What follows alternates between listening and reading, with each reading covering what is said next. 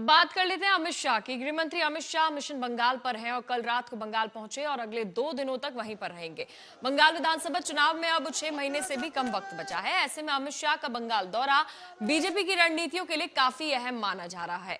रात में कोलकाता पहुंचते ही अमित शाह ने पश्चिम बंगाल के बीजेपी नेताओं के साथ एक बड़ी बैठक की। बंद कमरे में हुई इस बैठक में चुनाव को लेकर गहन चर्चा हुई। संगठन की वर्तमान स्थिति की समीक्षा की गई, साथ ही विभिन्न समितियों के गठन पर भी मंथन किया गया। आज 30 दिसंबर है। जब अमित शाह के क्या क्या प्रोग्राम है वो आप समझिए। सबसे पहले वो इस्कॉन मंदिर जाएंगे जहां पर पूजा पाठ करेंगे। इसके बाद बीजेपी कोर ग्रुप के साथ बैठक की होगी और जिसमें चुनाव प्रबंधन को लेकर विस्तार से चर्चा की जाएगी। सांसद और विधायक भी इस बैठक में शामिल रहेंगे और चुनाव को लेकर उनसे फीडबैक भी लिया जाएगा। साथ ही संघ के नेताओं के साथ भी मंथन होगा।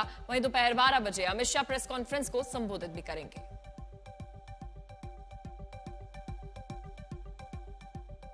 स्ट्रेटेजी ऑब्वियसली इलेक्शन सामने है, 2-3 महीना बाकी है।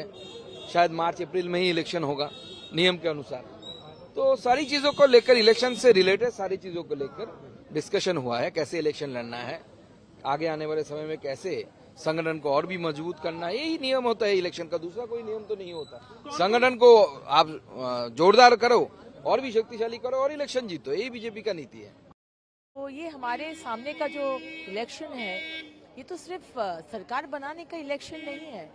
ये तो बंगाल जो खत्म कर दिया है ममता बनर्जी और लेफ्ट सरकार, आज वो बंगाल को रक्षा करना है। तो ये लड़ाई जो है ना, ये जो युद्ध है, ये एक हमारे स्वाधीनता का 1947 का जो इंडिपेंडेंस हुआ था, ये और एक इंडिपेंडेंस है बंगाल का। तो ये हमारे लिए बहुत बड़ी बात है और हम लोग we get inspired and whenever our senior leaders come.